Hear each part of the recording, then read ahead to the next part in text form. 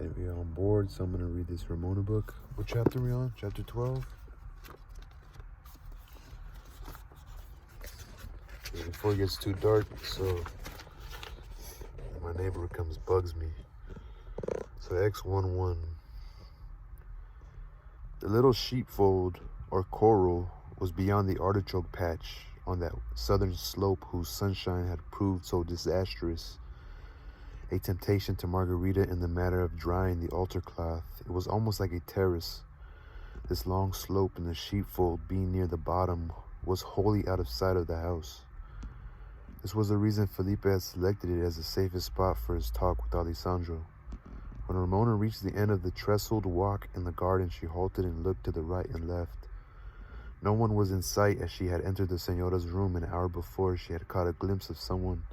She felt almost positive it was Felipe turning off in the path to the left leading to the sheepfold. She stood irresolute for a moment, gazing earnestly down this path.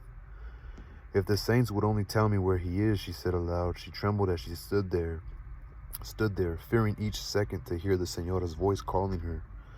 But fortune was favoring Ramona for once. Even as the words passed her lips, she saw Felipe coming slowly up the bank. She flew to meet him. "Oh, Felipe, Felipe," she began. "Yes, dear, I know it all," interrupted Felipe. "Alessandro has told me." "She forbade me to speak to you," Felipe said Ramona, "but I could not hear it. What are we to do? Where was Alessandro?" "My mother forbade you to speak to me?" cried Felipe, in a tone unprofessional. In a tone terror. "Oh, Ramona, why did you disobey her? If she sees us talking, she will even be more displeased. Fly back to your room. Leave it all to me. I will do all that I can." "But Felipe," began Ramona, wringing her hands in distress. "But Felipe," began Ramona, wringing her hands in distress. I know," said Felipe, "but you must not make my mother any more angry. I don't know what she will do till I talk to her. Do go back to your room. Did she not tell you to stay there?" "Yes," sobbed Ramona, "but I cannot. Oh, Felipe, I'm so afraid. Do help us. Do you think you can? You won't let her shut me up in the convent, will you, Felipe? Where's Alessandro? Why can't I go away with him this minute? Where is he? Dear Felipe, let me go now." Felipe's face was horror-stricken. "Shut you in the convent?" he gasped. "Did she say that? Ramona, dear, fly back to your room. Let me talk to her. Fly, I implore you. I can't do anything for you if she sees me talking with you now." And he turned away and walked swiftly down the terrace. Ramona felt as if she were indeed alone in the world. How could she go back into that house? Slowly she walked up the garden path again, meditating 100 wild plans of escape. Where was Alessandro? Why did he not appear for her rescue? Her heart failed her, and when she entered her room, she sank on the floor in a paroxysm of hopeless weeping. Paroxysm of hopeless weeping. If she had known that Alessandro was already a good half-hour's journey on his way to Temecula, galloping farther and farther away from her each moment, she would have despaired indeed. This was what Felipe, after hearing the whole story, had counseled him to do. Alessandro had given him so vivid a description of the Señora's face and tone when she had ordered him out of her sight that Felipe was alarmed. He had never seen his mother angry like that. He could not conceive why her wrath should have been so severe. The longer he talked with Alessandro, the more he felt that it would be wiser for him to be out of sight till the first force of her anger had been spent. "I will say that I sent you," said Felipe, "so she cannot feel that you have committed any offense in going. Come back in 4 days, and by that time it will be all settled what you shall do." It went hard with Alessandro to go without seeing Ramona, but it did not need Felipe's exclamation of surprise to convince him that he would be foolhardily to attempt it. His own judgment had told him that it would be out of the question, I guess, to run away together. Let me sit up, guys, because I'm not reading well.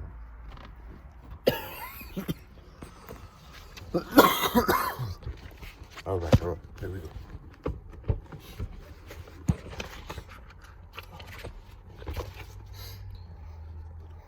"But you will tell her all, Señor Felipe. You will tell her that it is for her sake I go, right? The poor fellow said piteously, gazing into Felipe's eyes as if he would read his inmost soul. "I will indeed, Alessandro, I will," replied Felipe, and he held his hand out to Alessandro as to a friend and equal. "You may trust me to do all I can do for Ramona and for you. God bless you, Senor Felipe," answered Alessandro gravely, a slight trembling of his voice alone showing how deeply he was moved. "He's a noble fellow," said Felipe to himself as he watched Alessandro leap on his horse, which had been tethered near the corral all night. "A noble fellow. There isn't a man among all my friends who would have been manlier or franker than he has been in this whole business. I don't in the least wonder that Ramona loves him. He's a noble fellow. But what is to be done? What is to be done?" Felipe was sorely perplexed. No sharp crisis of disagreement had ever arisen between him and his mother, but he felt that one was coming now. He was unaware of the extent of his influence over her. He doubted whether he could move her very far. The threat of shutting Ramona up in the convent terrified him more than he liked to admit to himself.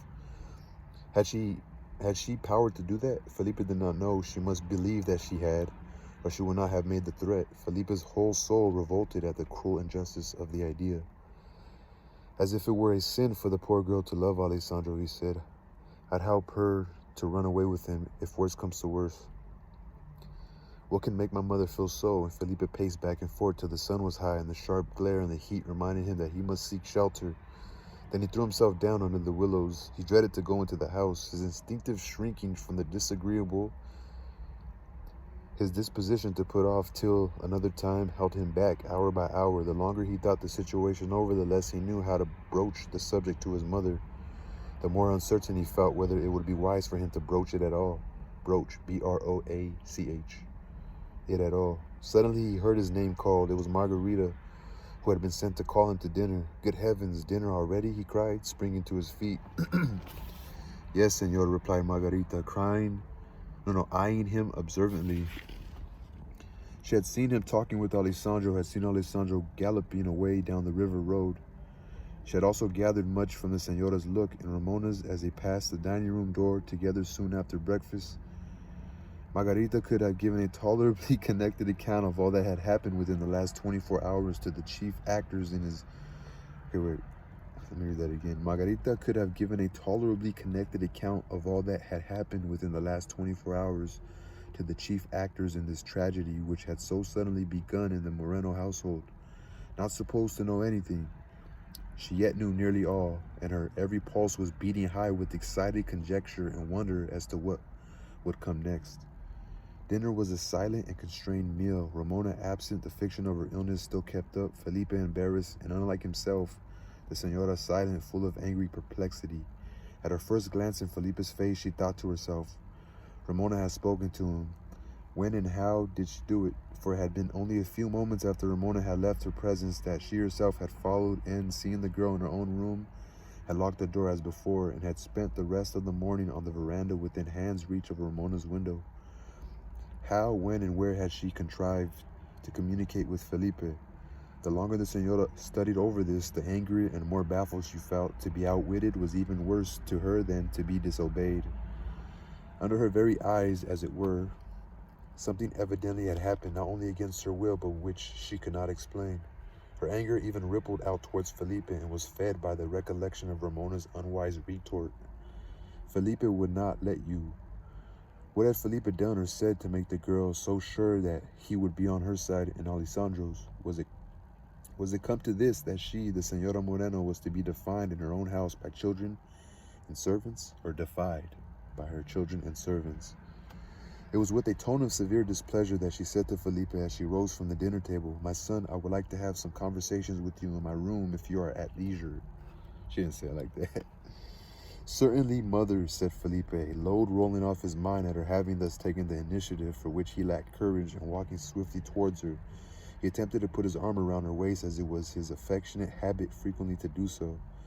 She repulsed him gently, but bethinking herself, passed her hand through his arm, and leaning on it heavily as she walked, said, "This is the most fitting way, my son. This is the most fitting way, my son. I must lean more and more heavily on you each year now.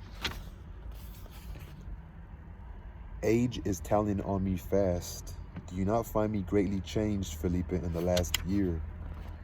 No, madre mia, replied Felipe. Indeed, I do not. I see not that you have changed in the last 10 years, and he was honest in this. His eyes did not note the changes so clear to others, and for the best of reasons.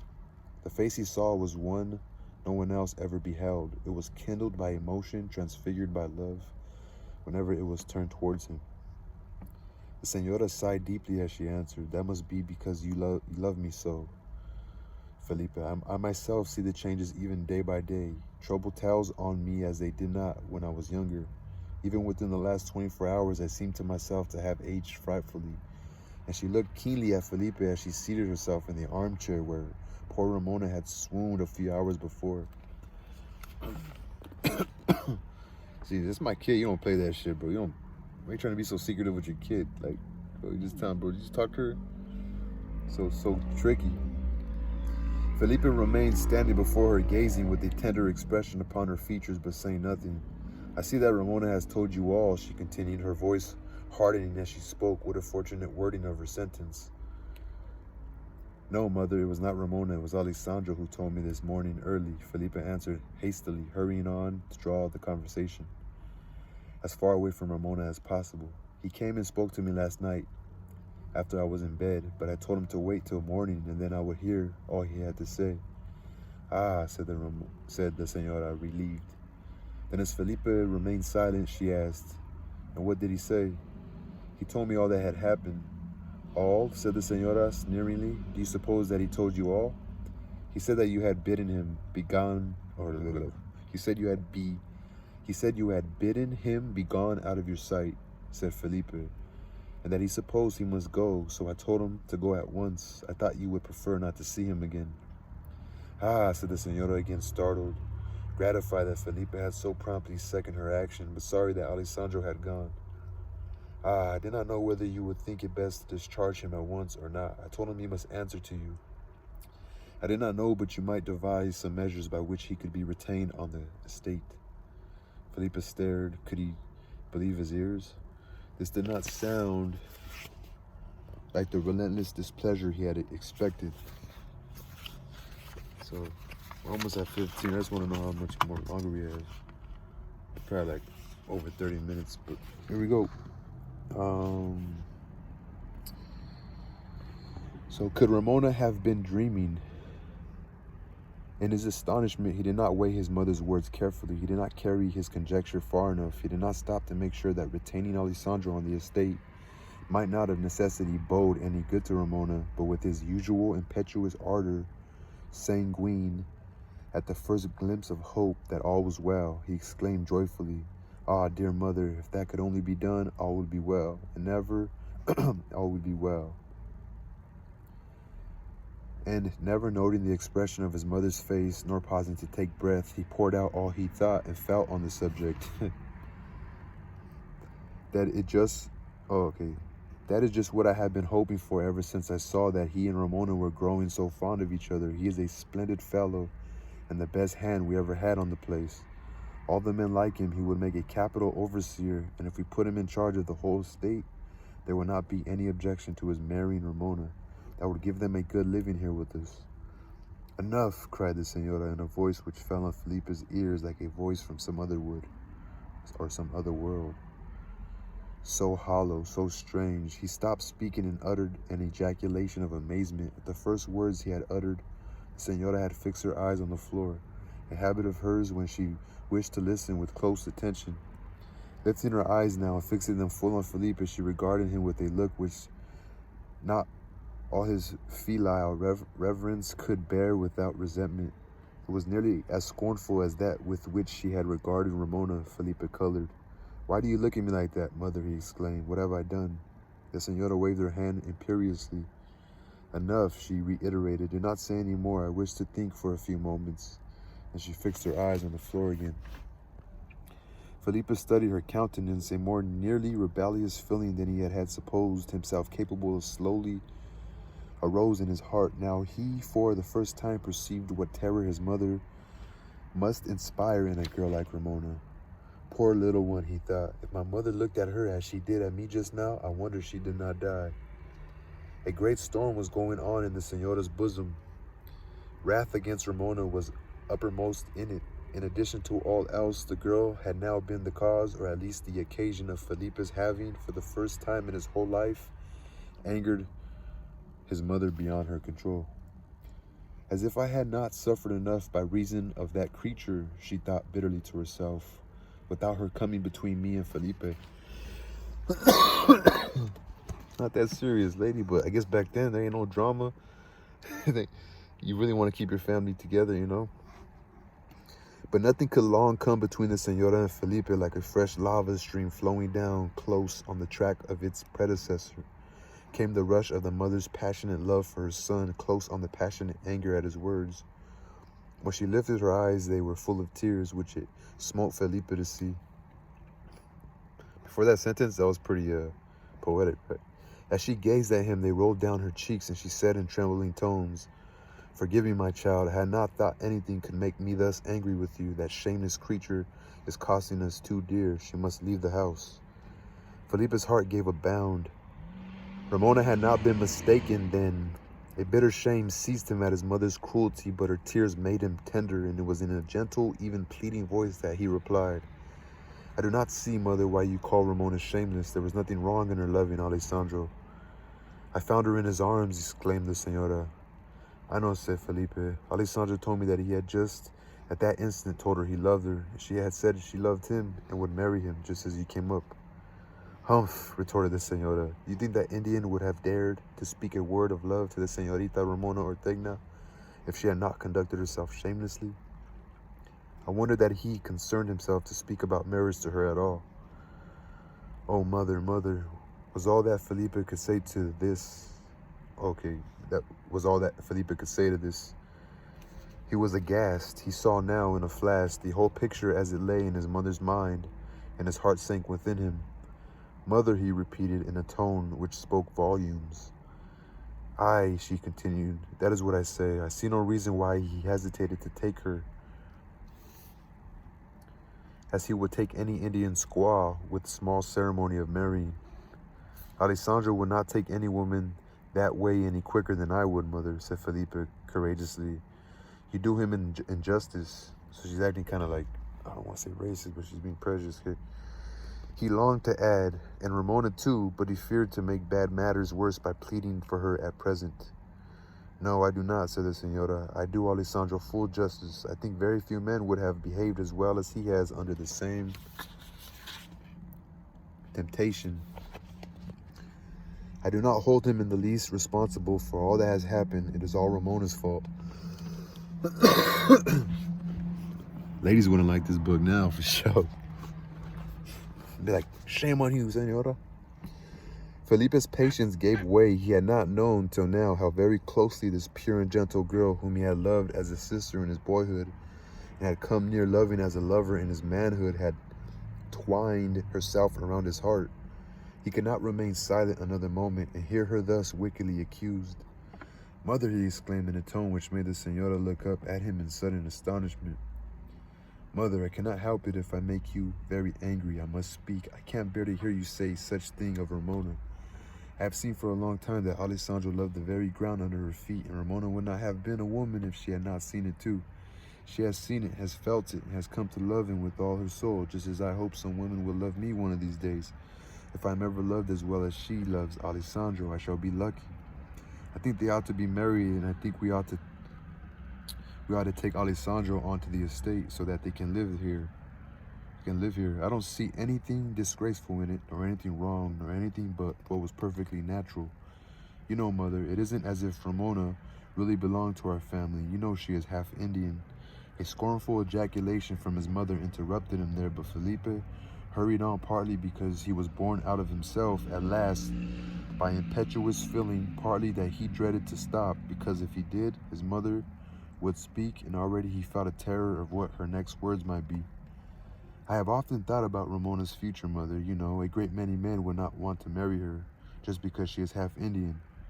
You yourself would never have given your consent to my marrying her if I had wanted to." Again an exclamation from the Señora, this time more of horror than of scorn, but Felipe pressed on. "No, of course you will not. I have always knew that. Except for that, I might have loved her myself, for a sweeter girl never drew breath in this God's earth. Felipe was reckless now. Having entered on this war, he would wage it with every weapon that lay within his reach. If one did not tell, another might. You have never loved her. I don't know that you have ever even liked her. I don't think you have. I know as a little boy, I always used to see how much kinder you were to me than to her, and I never could understand it, and you are unjust to her now. I've been watching her all summer. I've seen her and Alessandro together continually. You know yourself, Mother, he has been with us on the veranda day after day, just as if he were one of the family. I watched him by the hour, which I lay there so sick. I thought you must have seen it too. I don't believe Alessandro has ever looked or said or done a thing I wouldn't have done in his place. And I don't believe Ramona has ever looked, said, or done a thing I would not be willing to have any own sister do. Here Felipe paused. He had made his charge like a young, impetuous general, massing all his forces at the onset. He had no nerves, or he had no reserves. It is not the way to take Gibraltar's. Okay, so when he paused, literally breathless, he had spoken so fast, and even yet Felipe was not quite strong. So sadly had the fever undermined his constitution. The senora looked at him interrogatively and said in a now composed tone, "You do not believe that Ramona has done anything that you would not be willing to have your own sister do? Would you be willing that your own sister should marry Alessandro?" Oh, fuck is that, Where's Mike? Clever Senora Moreno. During the few moments that Felipe had been speaking, she had perceived certain things which it would be beyond her power to do, certain others that it would be impolitic to try to do. I'm sure you pronounce that differently. Nothing could possibly compensate her for antagonizing Felipe. Nothing could so deeply wound her as to have him in a resentful mood towards her, or so weaken her real control of him as to have him feel that she arbitrarily overruled his preference or his purpose. In presence of her imperious will, even her wrath capitulated and surrendered. There would be no hot words between her and her son. He should believe that he determined the policy of the Moreno house even in his desperate crisis. Felipe did not answer. A better thrust was never seen on any field than the Senora's question. She repeated it still more deliberately in her wonted gentle voice. The Senora was herself again, as she had not been for a moment since she came upon Alessandro and Ramona at the brook. How just and reasonable the question sounded as she repeated it slowly with an expression in her eyes of poising and weighing matters. Would you be willing that your own sister should marry Alessandro? Felipe was embarrassed. He saw whither he was being led. He could give but one answer to the question. "No, Mother," he said. "I should not, but she's not my sister." "Never mind buts," interrupted his mother. "We have not got to those yet." I can't even fucking see. Give me a second. And there's people leaving and shit in my property, so what can I do? Well, help me left. Cool. I'm just gonna lie down for a little bit, just for the end of this. Wait, dear. Here, wait. So, never mind buts, interrupted his mother. "We have not got to those yet." And she smiled on Felipe, an affectionate smile, but it somehow gave him a feeling of dread.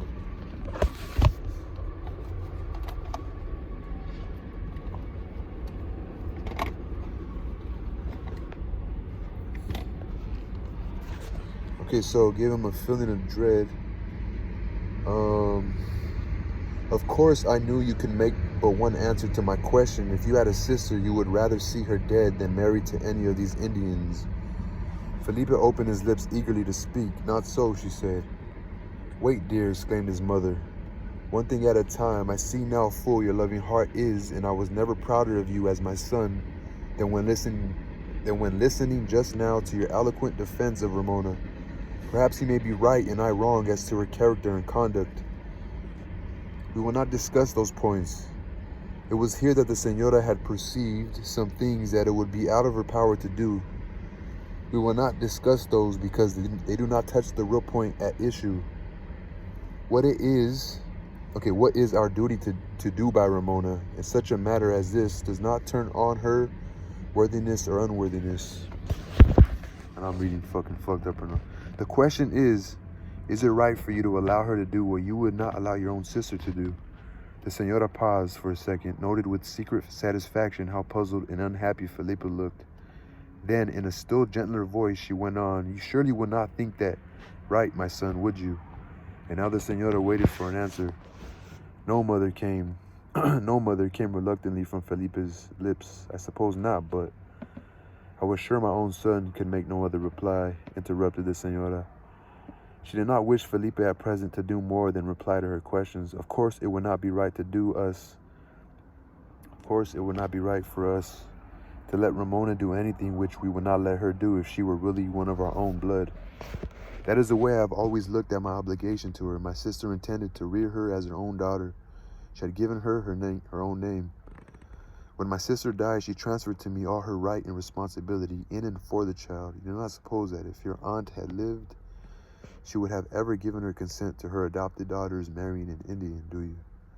Again the senora paused for a reply, and again the reluctant Felipe said in a low tone, "No, I suppose she would not." "Very well. Then that lays a double obligation on us. It is not only that we are not to permit Ramona to do a thing which we would not consider disgraceful, or which we would consider disgraceful to one of our own blood. We are not to betray the trust reposed in us by the only person who had a right to control her and who transferred that trust to us. Is not that so?" "Yes, mother," said the unhappy Felipe. He saw the meshes closing around him. He felt that there was a flaw somewhere in his mother's reasoning, but he could not point it out. In fact, he could hardly make it distinct to himself. His brain was confused. Only one thing he saw clearly, and that was that after all had been said and done, Ramona would still marry Alessandro. But it was evident that it would never be with his mother's consent, nor with mine either, openly, the way she puts it. I don't see how it can be, and yet I have promised Alessandro to do all I could for him. Curse the luck. I wish he had never set foot on the place, said Felipe in his heart, growing unreasonable and tired with perplexity. The senora continued, "I shall always blame myself bitterly for having failed to see what was going on. As you say, Alessandro has been with us a great deal since her illness, with his music and singing, and one thing and another, but I can truly say that I never thought of Ramona's being in danger of looking upon him in the light of a possible lover, and more than of her looking thus upon Juan Canito or Luigo or any other of the herdsmen or laborers. I regret it more than words can express, and I do not know what we can do now that it has happened." "That's it, mother, that's it," broke in Felipe. You see, it's not too late now." The senora went on as if Felipe had not spoken. "I suppose you would really very much regret to part with Alessandro, and your word is in a way pledged to him, as you had asked him if he would stay on the place. Of course, now that all has happened, it would be very unpleasant for Ramona to stay here and see him continually, at least for a time, until she gets over this strange passion she seems to have conceived for him. It will not last. Such sudden passions never do," the senora artfully interpolated. "What should you think, Felipe, of having her go back to the sister's school for a time? She was very happy there." The senora had strained a point too far. Felipe's self-control suddenly gave way, and as impetuously as he had spoken in the beginning, he spoke again now, nerved by the memory of Ramona's face and tone as she had cried to him in the garden. "Oh, Felipe, you won't let her shut me up in the convent, will you?" "Mother," he cried, "you would never do that. You would not shut the poor girl up in the convent." The senora raised her eyebrows in astonishment. "Who spoke of shutting up?" she said. "Ramona has already been there at school. She might go again. She's not too old to learn. A change of scene and occupation is the best possible cure for a girl who has a thing of this sort to get over. Can you propose anything better, my son? What would you advise?" And a third time the senora paused for an answer. I think I have one more page. Shit, I don't know how many pages I got. I got about 4.5. So, okay. So what are they saying right here?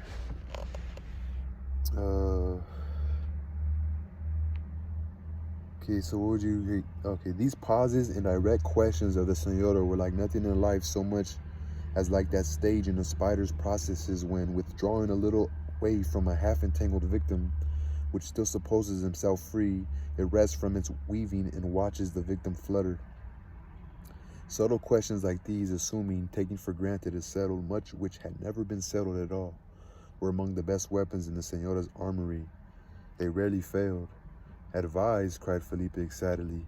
Advise, this is what I advise, to let Ramona and Alessandro marry. I can't help all you say about our obligations. I dare say you're right, and it's a cursedly awkward complication for us. Anyhow, the way you put it. Yes, awkward for you as the head of our house, interrupted the Señora, sighing. I don't quite see how you would face it. Well, I don't purpose to face it, continued Felipe testily. I don't propose to have anything to do with it, from first to last. Let her go away with him if she wants to. Without our consent, said the Señora gently. Yes, without it, if she can't go with it. And I don't see, as you have stated it, how we could exactly take any responsibility about marrying her to Alessandro. But for heaven's sake, mother, let her go. She will go anyway. You haven't the least idea how she loves Alessandro or how he loves her. Let her go. Do you really think she would run away with him? If it came to that, asked the Señora earnestly, run away and marry him in spite of our refusing to consent to the marriage? I do, said Felipe. Then it is your opinion, is it? That's the only thing left for us to do, is to wash our hands of it altogether and leave her free to do what she pleases. That's just what I do think, mother, replied Felipe, his heart growing lighter at her words. That's just what I do think. We can't prevent it, and it is of no use to try. Do let us tell them they can do as they like. Of course, Alessandro must leave us then, said the Señora. They could not stay here. I don't see why, said Felipe anxiously. You will, my son, if you think a moment. Could we possibly give a stronger endorsement to their marriage than by keeping them here? Don't you see that would be so? Felipe's eyes fell. Then I suppose they couldn't be married here either, he said. What more could we do than that for a marriage that we hardly approved of, my son? Heartily approved of.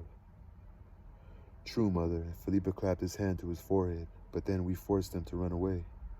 Oh no, said the Señora icily. If they go, they will go of their own accord. We hope they will never do anything so foolish and wrong. If they do, I suppose we shall always be held in a measure responsible for not having prevented it. But if you think it is not wise or of no use to attempt that, I do not see what there is to be done. Felipe did not speak. He felt discomfited, felt as if he had betrayed his friend Alessandro, his sister Ramona, as if a strange complication, network of circumstances had forced him into a false position. He did not see what more he could ask, what more could be asked of his mother. He did not see either that much less could have been granted to Alessandro and Ramona. He was angry, wearied, perplexed. The Señora studied his face. You do not seem satisfied, Felipe, dear, she said tenderly, as indeed how could you be in this unfortunate state of affairs? But how can you think of anything different for us to do? No, said Felipe bitterly. I can't. That's the worst of it. It is just turning Ramona out of the house, that's all. Felipe, exclaimed the Señora, how unjust you are to yourself. You know you will never do that. You know that she has always had a home here as if she were a daughter, and always will have as long as she wishes it. If she chooses to turn her back on it and go away, is it our fault? Do not let your pity for this misguided girl blind you to what is just to yourself and to me. Turn Ramona out of the house. You know I promised my sister to bring her up as my child, and I've always felt that my son would receive the trust from me when I died. Ramona has a home under the Moreno roof for so long as she will accept it. It is not just, Felipe, to say that we turn her out. And tears stood in the Señora's eyes. Give me a second.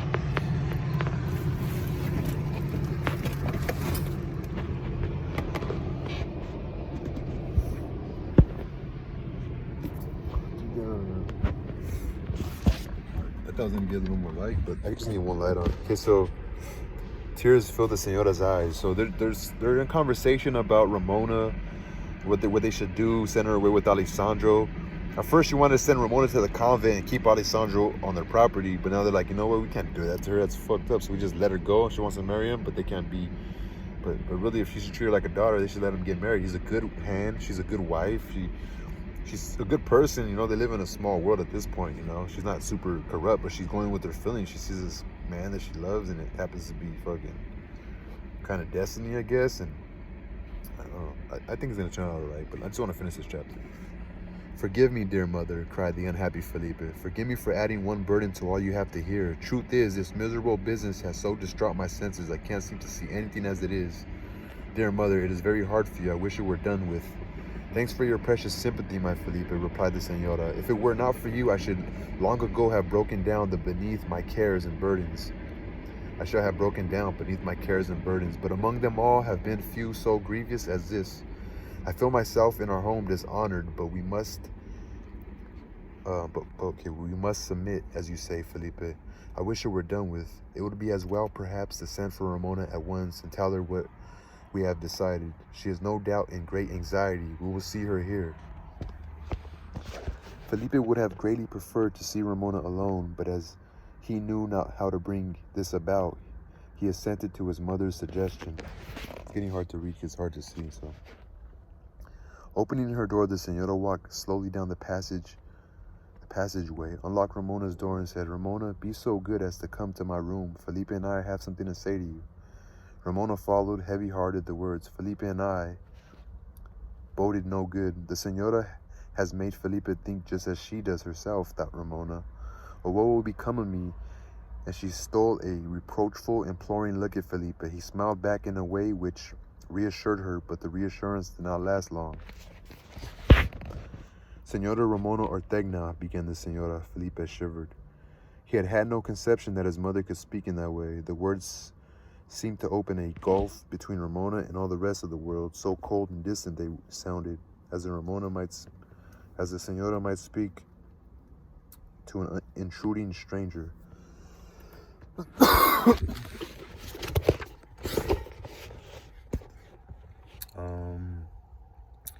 Senorita Ramona Ortegna, she said, my son and I have been discussing what it is best for us to do in the mortifying and humiliating position in which you place us by your relation with the Indian Alessandro.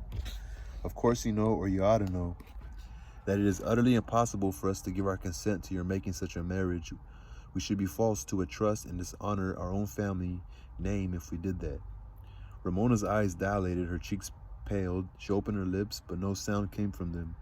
She looked toward Felipe, and seeing him with downcast eyes and an expression of angry embarrassment on his face, despair seized her. Felipe had deserted their cause. Oh, where was Alessandro? Clasping her hands, she uttered a low cry, a cry that cut Felipe to heart. He was finding out, and thus being witness of Ramona's suffering, that she was far nearer and dearer to him than he had realized. It would have taken very little at such moments as these to have made Felipe her lover again. He felt now like springing to her side, folding his arms around her and bidding his mother defiance. It took all the self-control he could gather to remain silent and to trust Ramona's understanding him later. Ramona's cry made no break in the smooth, icy flow of the señora's sentences. She gave no sign of having heard it, but continued. My son tells me that he thinks our forbidding it would make no difference, that you would go away with the man all the same. I suppose he is right in thinking so, as yourself told me that even if Father Salvidero forbade it, you would disobey him. Of course, if this is your determination, we are powerless. If I were to put you in the keeping of the church, which is what I am sure my sister who adopted you as her child would do if she were alive, you would devise some means of escape and thus bring a still greater and more public scandal on the family.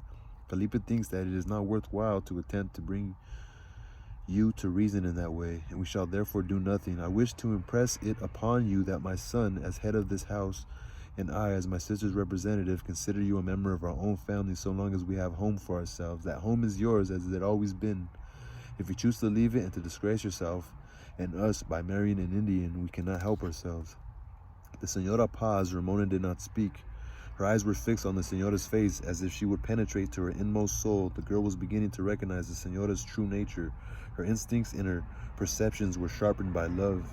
Have you anything to say to me or to my son? Asked the señora. No, señora, replied Ramona. I do not think of anything more to say than I have said this morning. Yes, she added, there is, perhaps I shall not speak with you again before I go away. I thank you once more for the home you have given me for many years.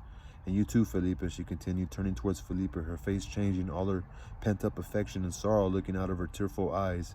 You too, dear Felipe, you have always been so good to me. I shall always love you as long as I live. She held out both her hands to him. Felipe took them in his and was about to speak when the señora interrupted him. She did not intend to have any more of this sort of affectionate familiarity between her son and Ramona. We don't understand that you are taking your leave now, she said. Is it your purpose to go at once? I do not know, senora, stammered Ramona. I have not seen Alessandro, I have not heard, and she looked up in distress at Felipe, who answered compassionately. Alessandro has gone. Gone? Shrieked Ramona. Gone? Not gone, Felipe? Only for 4 days, replied Felipe, to Temecula. I thought it would be better for him to be away for a day or two. He is to come back immediately. Perhaps he will be back day after tomorrow. Did he want to go? What did he go for? Why didn't you let me go with him? Oh, why did he go? Cried Ramona. He went because my son told him to go, broke in the senora, impatient of this scene and of the sympathy she saw struggling in Felipe's expressive features. My son thought, and rightly, that the sight of him would be more than I could bear just now, so we ordered him to go away, and Alessandro obeyed. Like a wounded creature at bay, Ramona turned suddenly away from Felipe, and facing the senora, her eyes resolute and dauntless, spite of the streaming tears, exclaimed, lifting her right hand as she spoke, "You have been cruel, God will punish you." And without waiting to see what effect her words had produced, without looking again at Felipe, she walked swiftly out of the room. You see, said the senora, you see, she defies us. She is desperate, said Felipe. I'm sorry I sent Alessandro away. No, my son, replied the senora, you were wise as you always are. It may bring her to her senses to have a few days' reflection in solitude. You do not mean to keep her locked up, mother, do you? Cried Felipe. The senora turned a look of apparently undisguised amazement on him. You would not think that best, would you? Did you not say that all we could do was simply not to interfere with her in any way? To wash our hands so far as is possible of all responsibility about her? Yes, yes, said the baffled Felipe. That was what I said, but mother, he stopped. He did not know what he wanted to say. The senora looked tenderly at him, her face full of anxious inquiry. What is it, Felipe, dear? Is there anything more you think I ought to say or do? He asked, or she asked. What is it you are going to do, mother? Said Felipe. I don't seem to understand what you're going to do. Nothing, Felipe. Felipe, you have entirely convinced me that all effort would be thrown away. I shall do nothing, replied the senora. Nothing whatever. Then as long as Ramona is here, everything will be just as it always has been, said Felipe. I guess he's asking that. The senora smiled sadly. Dear Felipe, do you think that's possible? A girl who has announced her determination to disobey not only you and me, but Father Saavedra, who is going to bring disgrace both on the Moreno and the Ortegna name? We can't feel exactly the same towards her as we did before, can we? Felipe made an impatient gesture. No, of course not, but I mean, is everything to be just the same outwardly as it was before? I suppose so, said the senora. Was not that your idea? We must try to have it so, I think. Do not you? Yes, groaned Felipe, if we can. I wonder why the author leaves it like that. But there's a lot of drama in this book. But like and subscribe. I'm playing with you. Someone's probably listening. You never know. But anyway, I wonder what else is gonna happen in this book, because my guy, we're not even halfway. This side is where we have to finish. Looks kind of even, right? Peace, y'all.